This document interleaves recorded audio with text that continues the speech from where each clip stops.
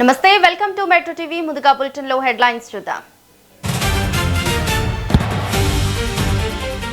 మేడ్చల్ దేవరయాంజల్లో అగ్ని ప్రమాదం. Gold rush logistics గోదాంలో చెలరేగిన మంటలను ఆర్పుతున్న 2 ఫైర్ ఇంజన్లు.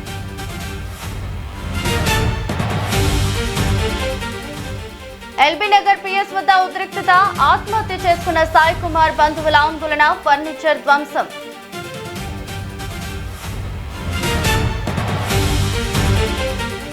టాటా సన్స్ చైర్మన్ చంద్రశేఖరన్ రాజీనామా. జనరల్ బాడీ మీటింగ్ కు ముందు చంద్రశేఖరన్ కీలక నిర్ణయం.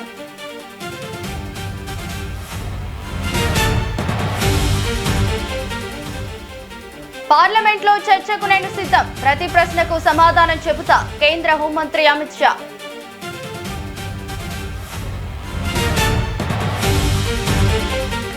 లోక్సభ మధ్యాహ్నం 2 గంటలకు వాయిదా. అయోధ్య విరాళాలపై మోదీ సమాధానం చెప్పాలంటూ పట్టుబట్టిన విపక్షాలు.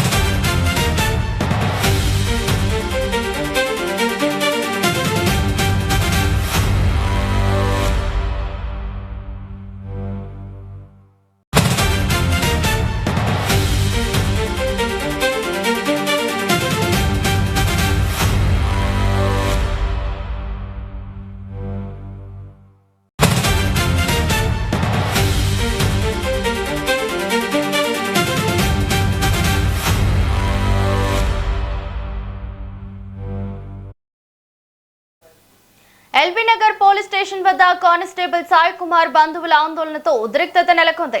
సాయి కుమార్ ఆత్మహత్య చేసుకోలేదంటూ బంధువులు పోలీసులతో వాగ్వాదానికి దిగారు. పిఎస్ లో ఫర్నిచర్, కంప్యూటర్, ప్రింటర్ ను ధ్వంసం చేశారు. రెస్ట్ రూమ్ లో సాయి కుమార్ ఊరు వేసుకున్నట్లు పోలీసులు గుర్తించారు. ఇక 2024 బ్యాచ్ కు చెందిన సాయి కుమార్ మృతదేహాన్ని పోస్ట్ మార్టం కోసం ఉస్మానియా ఆసుపత్రికి తరలించారు. ఆత్మహత్య చేసుకుంటే రక్తపు మరకలు ఎందుకు ఉన్నాయని బంధువులు ప్రశ్నిస్తున్నారు. ఘటనపై ఎల్బీ నగర్ పిఎస్ ను డీసీపీ అనురాధ పరిశీలించారు. పిఎస్ వద్ద భారీగా బంధువులు పోలీసులు మోహరించారు.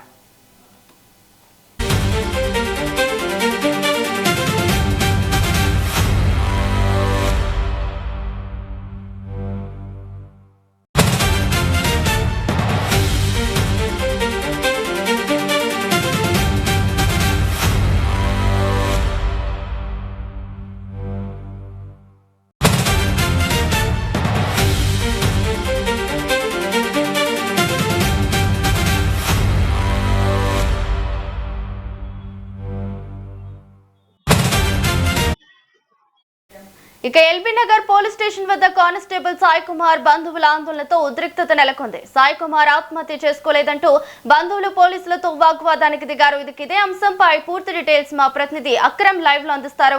అక్రమ్, చెప్పండి, అక్కడ పరిస్థితి ఎలా ఉంది ప్రస్తుతం? మొత్తంగా ఇక్కడ ఎల్బీ నగర్ పోలీస్ స్టేషన్ వద్ద ఉద్రిక్తత పరిస్థితులు అయితే కనిపిస్తున్నాయి. ఎక్కడికక్కడ ఇటు మృతి చెందినటువంటి కానిస్టేబుల్ జె సాయి కుమార్ కి సంబంధించినటువంటి బంధుమిత్రులు, అదే విధంగా కుటుంబ సభ్యులు ఇక్కడ ఎల్బీ నగర్ పోలీస్ స్టేషన్ వద్ద పెద్ద ఎత్తున కూడా ధర్నాకు దిగుతున్నారు. ఖచ్చితంగా అతని మరణానికి కారణమైన వారిపైన కఠిన చర్యలు తీసుకోవాలి, అదే విధంగా అతని దగ్గర ఉన్నటువంటి సెల్ ఫోన్ బిలాంగింగ్స్ ని ఇవ్వాలంటూ కూడా పెద్ద ఎత్తున కూడా అక్కడ ధర్నా చేస్తున్న పరిస్థితి కనిపిస్తా ఉంది. కాసేపు క్రితమే ఎల్బీ నగర్ పోలీస్ స్టేషన్ లోపలికి వెళ్లే ప్రయత్నం కూడా ఇటు కుటుంబ సభ్యులు చేశారు. లోపలికి వెళ్లి లోపల ఉన్నటువంటి కంప్యూటర్లు, ఏసీ పరికరాలు, ఫ్యాన్లు పూర్తిగా కూడా ఎక్కడికెక్కడ కూడా ధ్వంసం చేశారు. కావాలనే ఇప్పుడు ఇక్కడ ఉన్నటువంటి ఎల్బీ నగర్ సంబంధించిన ఉన్నతాధికారులు పోలీసులే కావాలని నా కొడుకుని చంపేశారు, అదే విధంగా అతని పైన అనవసరమైనటువంటి పని భారం పెట్టడము, అదే విధంగా అతని పైన ఒత్తిడి తీసుకురావడం వల్లనే నా కొడుకు మృతి చెందాలంటూ కూడా పెద్ద ఎత్తున కూడా అక్కడ సాయి కుమార్ సంబంధించినటువంటి తల్లి అయితే రోధిస్తున్న పరిస్థితి కనిపిస్తా ఉంది. అయితే దాంతో ఇప్పటికే ఎల్బీ నగర్ సంబంధించినటువంటి పోలీసులు పెద్ద ఎత్తున కూడా అక్కడ పోలీస్ బందోబస్తును తీసుకొచ్చి ఏర్పాటు చేశారని చెప్పుకోవచ్చు. స్థానికంగా ఉన్నటువంటి ఇతర పోలీస్ స్టేషన్ నుండి కూడా పోలీస్ బందోబస్తు పెద్ద ఎత్తున కూడా అక్కడ పెట్టారు. ప్రధానంగా కూడా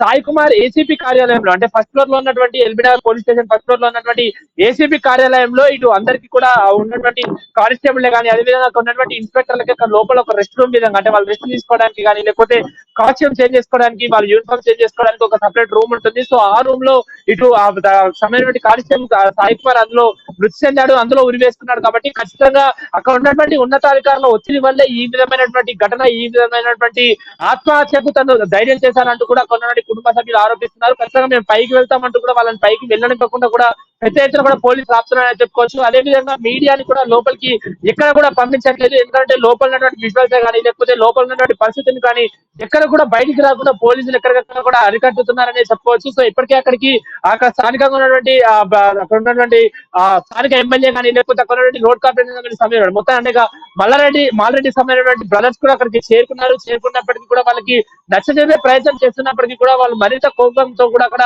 ఊగిపోతున్నారని చెప్పుకోవచ్చు. ఇప్పటికే డీసీపీ కూడా అక్కడికి చేరుకొని వాళ్ళకి నచ్చజెప్పే ప్రయత్నం చేశాడు. అయినప్పటికీ కూడా ఎలాంటి ఉపయోగం లేకుండా పోయింది. వాళ్ళు ఖచ్చితంగా డీజీపీ ఆనంద్ అక్కడికి వచ్చి వాళ్ళకి సమాధానం చెప్పాలి. అదేవిధంగా అసలు ఈ మరణానికి కారకులైనటువంటి వారిని కఠినంగా శిక్షిస్తామని హామీ ఇస్తేనే మేము ధర్నా విరమిస్తామంటూ కూడా వాళ్ళు అక్కడ పెద్ద ఎత్తున కూడా ధర్నా చూస్తున్న పరిస్థితి కనిపిస్తా ఉంది. లోపల ఇప్పటికే ఎల్బీ నగర్ పోలీస్ స్టేషన్ లో ఉన్నటువంటి పరికరాలు అదేవిధంగా ఏసీలే కానీ కంప్యూటర్లు ఫ్యాన్లు అవన్నీ కూడా ధ్వంసం చేశారు. ధ్వంసం చేసిన వెంటనే అవన్నీ కూడా అక్కడ చెల్లా పడిపోయినటువంటి విజువల్స్ కూడా మనం స్పష్టంగా కూడా మెట్లటి స్క్రీన్ పైన చూస్తున్నాము. ఎక్కడికక్కడ కూడా అవి పడిపోయి ఉన్నాయి. ఆ కోణంలో లోపలికి వస్తే మరింత ఉద్రిక్త పరిస్థితులు నెలకొంటాయి. కాబట్టి లోపలికి ఎవరిని రాకుండా కూడా భార్య కూడా పోలీస్ బందోబస్తు ఏర్పాటు చేశారు. అయితే ఇప్పటికే రాత్రి 2:30 సమయంలో ఇటు అతను ఉరివేసుకున్న వెంటనే కూడా అతన్ని అక్కడి నుండి కూడా ఉస్మానియా ఆసుపత్రికి కూడా తరలించారు. పోస్ట్ మార్టం కూడా మరికాసేపట్లో ప్రారంభమయ్యే అవకాశాలు అయితే స్పష్టంగా వస్తున్నాయి. సో ఇంతకు ముందే అతను చాలా సార్లు బంధుమిత్రుల కుటుంబ సభ్యులకు అతను ఉరివేసుకున్నాడు. అదేవిధంగా అంటే అతనికి పనిభారం ఎక్కువ అవుతుంది, ఆ పోలీసు ఉన్నతాధికారుల నుండి ఒత్తిడి ఎక్కువ వస్తుందని తను చాలా సార్లు చెప్పినట్టు కూడా తెలుస్తుంది. ఒకవేళ నిజంగానే ఆ కారణాలతోనే ఆత్మహత్య చేసుకున్నాడా లేకపోతే వ్యక్తిగతంగా ఇతర కారణాలు ఏమైనా ఉన్నాయా అన్న కోణంలో కూడా పోలీసులు విచారణ జరుపుతున్నారు. అయితే ఇప్పటికే దీనిపైన హైదరాబాద్ సంబంధించిన పోలీస్ కమిషనరేట్ కూడా ప్రత్యేక దృష్టి పెట్టి పూర్తిగా ఈ విచారణ పూర్తిగా కూడా దర్యాప్తు వీలైన తొందరగా కూడా ఫినిష్ చేసి ఒక రిజల్ట్ తీసుకురావాలంటూ కూడా ప్రెజెంట్ పెడుతున్న పరిస్థితి కనిపిస్తా ఉంది. ప్రస్తుతానికైతే ఇంకా సంబంధించినటువంటి కుటుంబ సభ్యులు అక్కడే ఉన్నారు. ఇక పొలిటికల్ లీడర్స్ కానీ లేకపోతే పోలీసు ఉన్నతాధికారులు అక్కడికి వెళ్లి అక్కడ ఉన్నటువంటి ఆ నిరసనకారులు అంటే ధర్నా చేస్తున్నటువంటి ఆ బాధితుడికి సంబంధించిన కుటుంబ సభ్యులకి ఎంత నచ్చ చెప్పినప్పటికీ కూడా వాళ్ళు అక్కడ నుండి కదలట్లేదు. ఎందుకంటే సాయి కుమార్ కి సంబంధించినటువంటి కనీసం సెల్ ఫోన్ ని కూడా వాళ్ళకి ఇవ్వట్లేదు అన్న కోణంలో కూడా వాళ్ళు అక్కడ పెద్ద ఎత్తున కూడా ఆందోళన చేస్తున్నారు. ఎందుకంటే సెల్ ఫోన్ లో ఏమైనా కీలక ఆధారం ఉంటే పోలీసులు దాన్ని మాకు తెలియకుండా మాయం చేస్తారేమో అన్న భయం కూడా మాకు ఉంది. కాబట్టి ఖచ్చితంగా ఆ సెల్ ఫోన్ ని కూడా మాకు చూసా తప్పకుండా ఇవ్వాలి అని అంటున్నారు. అదేవిధంగా ఇప్పుడు ఈ ఆత్మహత్య పాల్పడినటువంటి ఘటన ఏదైతే ఉంటుందో సో ఈ ఘటన జరిగింది ఆ ఏసీపీ కార్యాలయం అంటే ఫస్ట్ ఫ్లోర్ లో జరిగింది. కాబట్టి మమ్మల్ని అక్కడికి ఎందుకు వెళ్ళనివ్వట్లేదు, ఎందుకంటే అక్కడికి వెళ్తే ఏ విధమైనటువంటి ఆధారాలు మాకు దొరుకుతాయనో ఆ ఒక భయంతోనో లేకపోతే కావాలని కేసును పక్కదారి పట్టించడానికి ఇందులో కీలక నిందితులుగా ఉండడం అంటే ఎవరైతే సాయి కృష్ణ పూర్తిగా కూడా ఎవరైతే ఆ సాయి కుమార్ ని ఎవరైతే ఒత్తిడికి గురి చేస్తారో వారి పేర్లు బయటికి రాకుండా పోలీసులు కావాలనే ఈ విధమైనటువంటి చర్యలు చేస్తున్నారు. ఖచ్చితంగా డీజీపీ ఆనంద్ దీనిపై స్పందించి ఇక్కడికి వచ్చి మాకు నచ్చజెప్తే తప్ప మేము ఈ నిరసన విరమించుకోమంటూ చెప్తున్నారు. ప్రస్తుతానికి అయితే ఉస్మానియా ఆసుపత్రిలో సాయి కుమార్ సంబంధించినటువంటి మృతదేహం అయితే అక్కడ ఉంది. మరి చూడాలి ఈ కేసు ఎక్కడ వరకు వెళ్తుంది ఏంటి, వాళ్ళు ఎంత నచ్చ చెప్పినప్పటికీ కూడా కుటుంబ సభ్యులు అక్కడ నుండి కదలని కల్పిస్తుంది. కాబట్టి మరి డీజీపీ ఆనంద్ స్వయంగా వచ్చి మాట్లాడతారా, ఎందుకంటే పొలిటికల్ లీడర్స్ వెళ్ళినప్పటికీ కూడా ఎలాంటి ఉపయోగం లేకుండా పోయింది. సో ఇప్పటికే డీసీపీ మాట్లాడినప్పటికీ కూడా వాళ్ళు ఎలాంటి ఉపయోగం లేకపోవడంతో మరి ఈ కేసు ఎక్కడ వరకు వెళ్తుంది ఏం చేయాలి కూడా వేసిన పరిస్థితి రావాలి.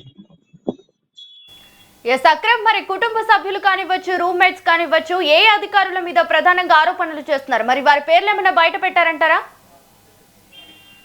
అంటే ప్రధానంగా ఇప్పుడు 2024 సంబంధించినటువంటి బ్యాచ్ నుండి అయితే ఉదయ్ సాయి ఉన్నాడు. కాబట్టి సాయి కుమార్ సంబంధించినటువంటి బ్యాచ్ నుండి అతను ఎల్బీ నగర్ లో అతను కానిస్టేబుల్ లో కూడా విధులు నిర్వహిస్తున్నాడు. ఆ తర్వాత ఇటు జరుగుల సాయి కుమార్ ని అయితే ఈ కామర్స్ కి షిఫ్ట్ చేశారు. అంటే పూర్తిగా ఆన్లైన్ సర్వీసెస్ విభాగంలో అయితే పోలీసులు అతను నియమించారు. అంటే ఏసీపీ కార్యాలయంలో ఉన్నటువంటి సిస్టమ్ వర్క్ పూర్తిగా కూడా అతను ఆ విభాగంలో కూడా కానిస్టేబుల్ గా విధులు నిర్వహిస్తున్నారు. కాబట్టి సాధారణంగా ఉండాల్సిన దానికంటే ఇంకా ఎక్కువ పనిభారం కూడా ఉంటుంది. సో ఎలాంటి పోలీసు ఉన్నతాధికారులు పేరు చెప్పలేము, కానీ చాలా సార్లు ఆఫీస్ లో ఎక్కువ వర్క్ ప్రెజర్ అవుతుంది, లేకపోతే ఫీల్డ్ కి వెళ్ళినప్పుడు కానీ వర్క్ ప్రెజర్ అవుతుంది అంటూ కూడా చాలా వాటికి కూడా అయితే బంధుమిత్రులతో చెప్పినట్లు కూడా వాళ్ళు చెప్తున్న పరిస్థితి కనిపిస్తా ఉంది. సో ఆ నేపథ్యంలో తన పనిభారం తట్టుకోకుండా ఇలా ఆత్మహత్య చేసుకున్నాడా ఏంటి అనేది కూడా తెలియాల్సి వస్తుంది. సో ఖచ్చితంగా కావాలనే ఈ విధమైనటువంటి చర్యలకు పాల్పడ్డాడు కాబట్టి తన కుమారుడు ఆత్మహత్యకు పాల్పడ్డాడు. లేకపోతే అతను ఎంతో సంతోషంగా ఎంతో ఇష్టపడి తెచ్చుకున్నటువంటి జాబ్ ని ఎందుకు ఈ విధంగా పోగొట్టుకుంటాడన్న కోణంలో కూడా అనేక ఆందోళనలు అక్కడ చేస్తున్న పరిస్థితి కనిపిస్తా ఉంది. అదే విధంగా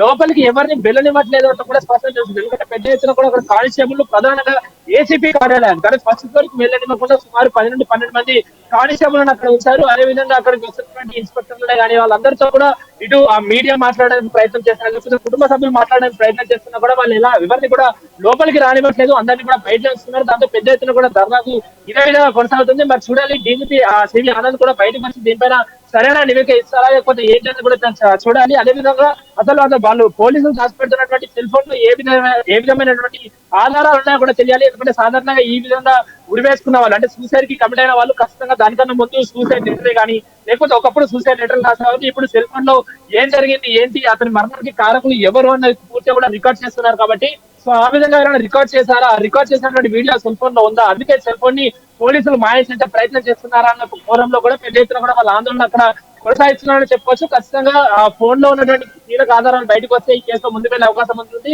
అదే విధంగా ఇటు తల్లి కూడా కొన్ని కీలక ఆరోపణలు చేస్తుంది. ఏదైతే గురి చేసుకున్నటువంటి వ్యక్తి పైన ఎందుకు రక్తపు మరకలు ఉంటాయి, సో రక్తపు మరకలు ఉన్నాయంటే నా కొడుకుని మీరేమో చేశారన్న కోణంలో కూడా ఆవిడ అక్కడ పెద్ద ఎత్తున కూడా బోర్న ఏడుస్తూ కూడా అక్కడ ఆందోళన దిగుతున్న పరిస్థితి. సో ఆ కోణంలో కూడా అనేక అనుమానాలు వ్యక్తమవుతున్నాయి. అతను ఎవరైనా మరి ఫిజికల్ గా ఏమైనా అతన్ని హర్ట్ చేశారా లేకపోతే ఏంటి అనేది కూడా తెలియాల్సి ఉంది. ప్రస్తుతానికి పోస్ట్ మార్టం ఇంకా అక్కడ ఉస్మానియా ఆసుపత్రిలో పూర్తిగా కూడా రిపోర్ట్ ఉంది కాబట్టి సో వన్స్ పోస్ట్ మార్టం సంబంధించి రిజల్ట్ వచ్చిన తర్వాత కూడా ఈ కేసులో పురోగతి వచ్చే అవకాశం కూడా ఉంటుంది. అసలే ఈ మధ్య కాలంలో మనం చూస్తున్నాం పోలీస్ వ్యవస్థ పైన అనేక అనుమానాలు వస్తున్నాయి. జూబ్లీన్స్ సంబంధించిన సిఐ కూడా ఇదే విధమైనటువంటి బాధితురాలు ఎవరైనా వస్తే వాళ్ళని డొక్క తీసుకోవడము అదే విధంగా వాళ్ళ దగ్గర నుండి డబ్బులు తీసుకోవడం వంటి చేశారు.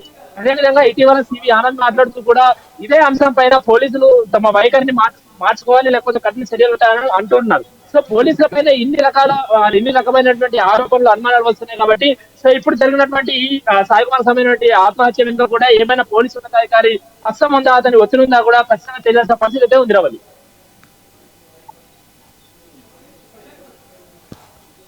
అయితే మరి అక్రమ్ సాయి కుమార్ తో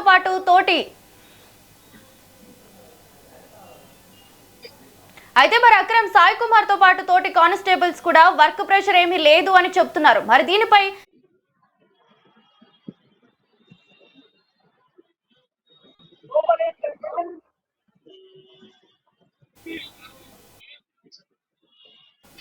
అక్రమ్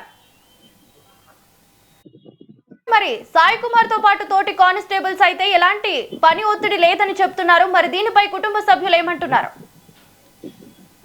అంటే సాధారణంగా డిపార్ట్మెంట్ లో ఇలాంటి ఘటనలు జరిగినప్పుడు ఖచ్చితంగా పోలీసులు ఆ డిపార్ట్మెంట్ కి ఉన్నటువంటి గౌరవ ప్రతిష్టలు ఎక్కడ కూడా భంగం కలిగించే విధంగానే వాళ్ళు వ్యవహరిస్తూ ఉంటారు. మనం గతంలో కూడా చూసాము. సో ఈ నేపథ్యంలో ఈ కానిస్టేబుల్ అంటే అతనితో పనిచేసినటువంటి ఇతర కానిస్టేబుల్ ఆ విధంగా చెప్తున్నారు అని అంటే కుటుంబ సభ్యులు అయినప్పటికీ కూడా దీనిపైన అనేక అనుమానాలు వ్యక్తం చేస్తున్న పరిస్థితి కనిపిస్తా ఉంది. ఎందుకంటే ఇతను ఇంతకు ముందు ఫీల్డ్ లో వర్క్ చేసినటువంటి కానిస్టేబుల్ పూర్తిగా ఆన్లైన్ సర్వీసెస్ కి పరిమితం అయ్యాడు. సో అక్కడ ఏ విధమైనటువంటి ప్రెజర్ వస్తుందో అతను ఎవరికి కూడా బయటకు తెలియదు. సో ఖచ్చితంగా అతను మరి బంధుమిత్రులకు ఎందుకు చెప్పాడు, ఎందుకంటే సాధారణంగా ఏమైనా మానసిక పరిస్థితులు ఉన్నా లేకపోతే ఇతర సాధారణంగా ఇలాంటి సూసైడ్ చేసుకునే వారికి వ్యక్తిగతంగా ఏమైనా మానసిక పరిస్థితులు ఉంటే లేకపోతే మానసిక ఇబ్బందులు ఉంటే సాధారణంగా తమ ఇంట్లోనైనా లేకపోతే అతను ఉంటున్నటువంటి నివాసంలో ఈ విధమైనటువంటి ఆత్మహత్య చేసుకుంటాడు. కాకపోతే ఏకంగా విధిలో ఉన్నటువంటి కానిస్టేబుల్ అది కూడా నైట్ షిఫ్ట్ లో రాత్రి 2:30 సమయంలో అతను పనిచేస్తున్నటువంటి కార్యాలయంలోనే అది కూడా ఏసీపీ కార్యాలయంలో రెస్ట్ రూమ్ లో అతను ఈ విధమైనటువంటి చర్య పాల్పడ్డాడంటే ఖచ్చితంగా దీనిపైన పోలీసుల హస్తం ఉంది, పోలీసుల పరిభారం ఖచ్చితంగా ఉంటుంది అని కూడా వాళ్ళు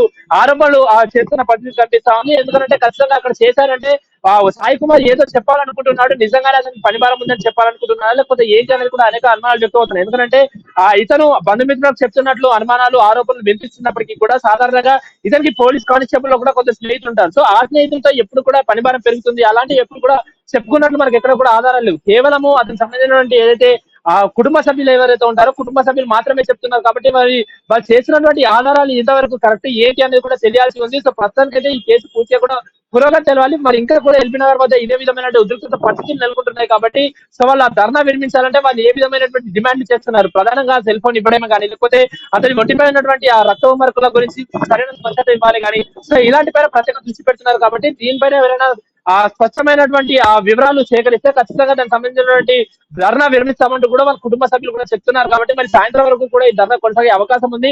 మరోవైపు అతనికి సంబంధించినటువంటి మృతదేహానికి సాయి కుమార్ మృతదేహానికి పోస్ట్ మార్టం పూర్తి కావాలి అని అంటే ఖచ్చితంగా కుటుంబ సభ్యుల్లో ఎవరో ఒకరు ఉస్మానియా ఆసుపత్రిలో ఉండి అక్కడ దగ్గరగా కొట్టి వాళ్ళ సంతకం పెడితేనే అటు పోలీసుల ఆధ్వర్యంలో అదేవిధంగా కుటుంబ సభ్యుల ఆధ్వర్యంలో కూడా దీనికి సంబంధించినటువంటి ఆ పోస్ట్ మార్టం సంబంధించిన ప్రాసెస్ కొనసాగుతుంది. సో ఇంకా కూడా కుటుంబ సభ్యులు పోలీస్ స్టేషన్ మధ్య ఉన్నారు కాబట్టి అక్కడ పోస్ట్ మార్టం కూడా ఇంకా అదే విధంగా పెండింగ్ లో ఉందని చెప్పొచ్చు. ఇప్పటికే పొలిటికల్ లీడర్స్ కూడా అక్కడ చేరుకున్నారు. వాళ్ళకి నచ్చజెప్పే ప్రయత్నం చేస్తున్నప్పటికీ కూడా వాళ్ళు ధర్నా ఎక్కడ విరమించుకునే పరిస్థితి స్పష్టంగా కనిపించట్లేదు. చూడాలి దీనిపైన సివి ఆనంద్ ఆయన స్పందిస్తారా లేకపోతే మళ్ళీ అక్కడ స్థానికమైన కమిషన్ అయినా స్పందిస్తారా కూడా వేచి చూడాలి.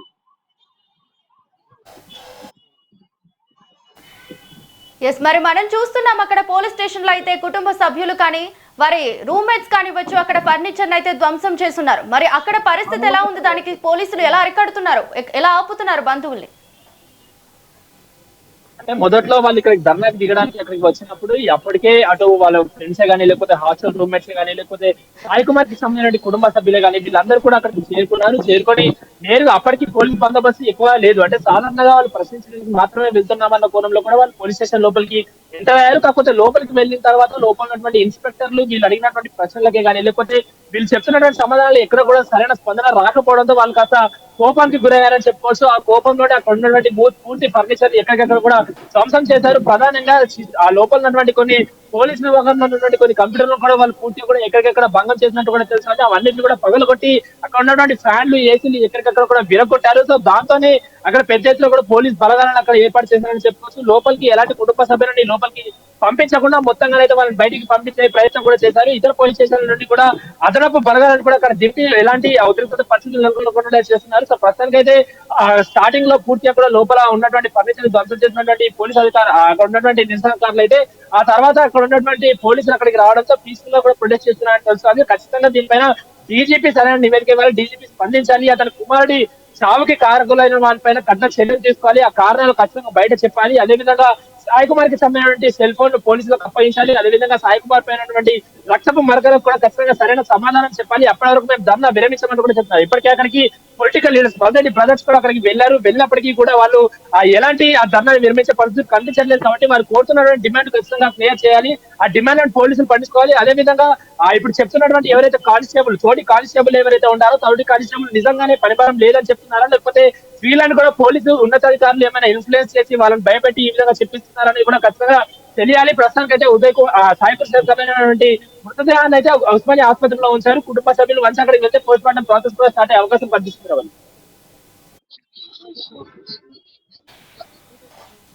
Thank you for the details.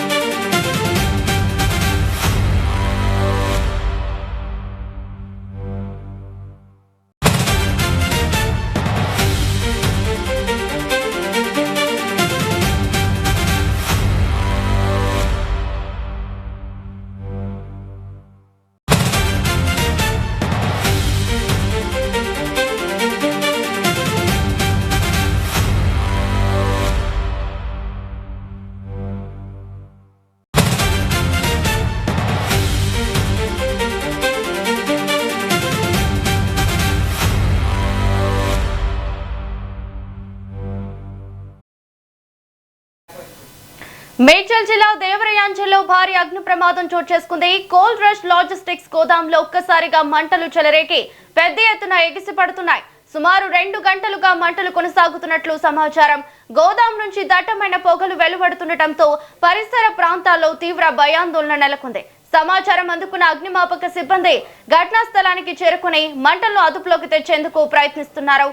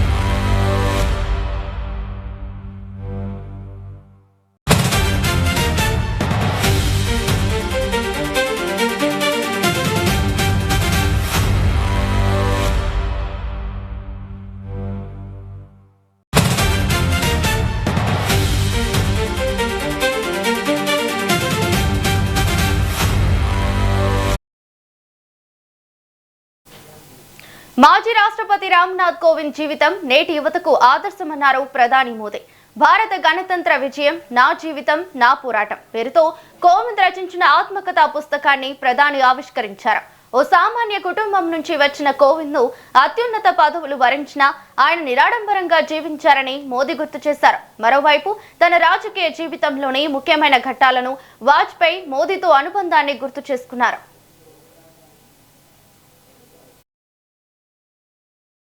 Bharatiya Janata party के साथ मेरा जुड़ाव मुझे ऐसे अनेक नेताओं के संपर्क में लाया जो मानते थे कि राजनीति केवल सत्ता प्राप्त करने का माध्यम नहीं है बल्कि राष्ट्र सेवा का एक साधन है।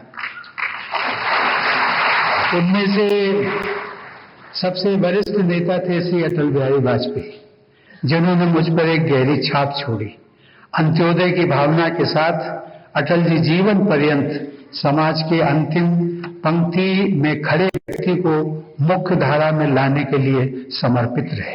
अपने सार्वजनिक जीवन में एक और कार्यकर्ता के रूप में मेरी मुलाकात से नरेंद्र मोदी जी से हुई।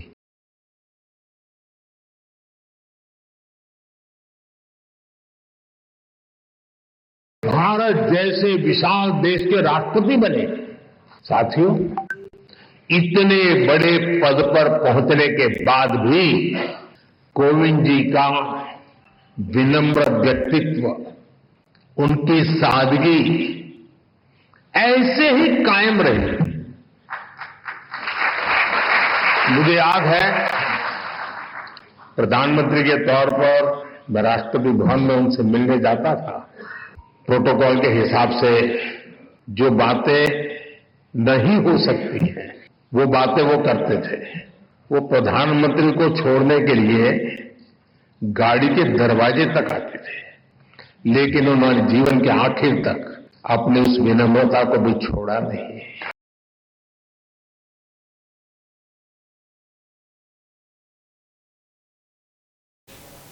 పార్లమెంట్లో విద్యార్థుల అంశంపై అధికార విపక్షాల మధ్య మాటల యుద్ధం కొనసాగుతోంది.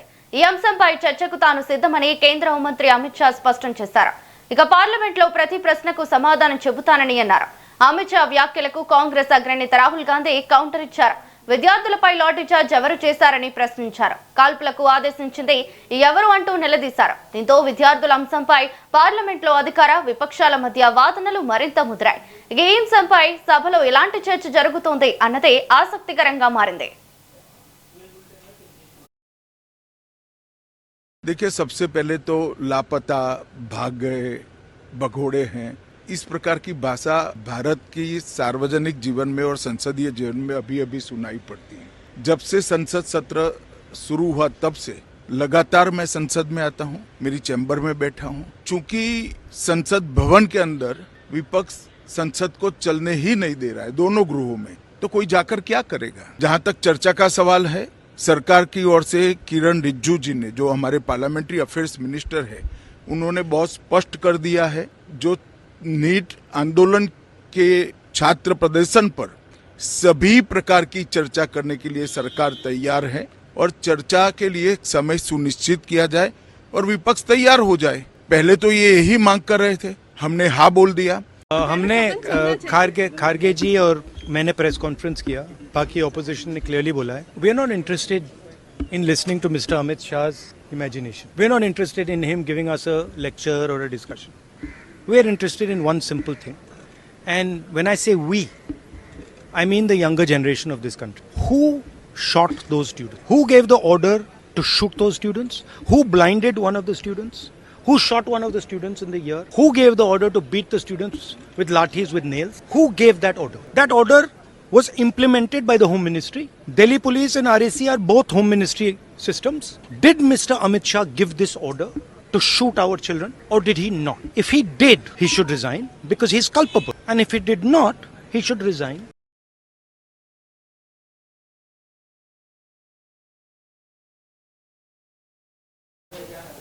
ఇవి bulletin updates. Keep watching metro TV.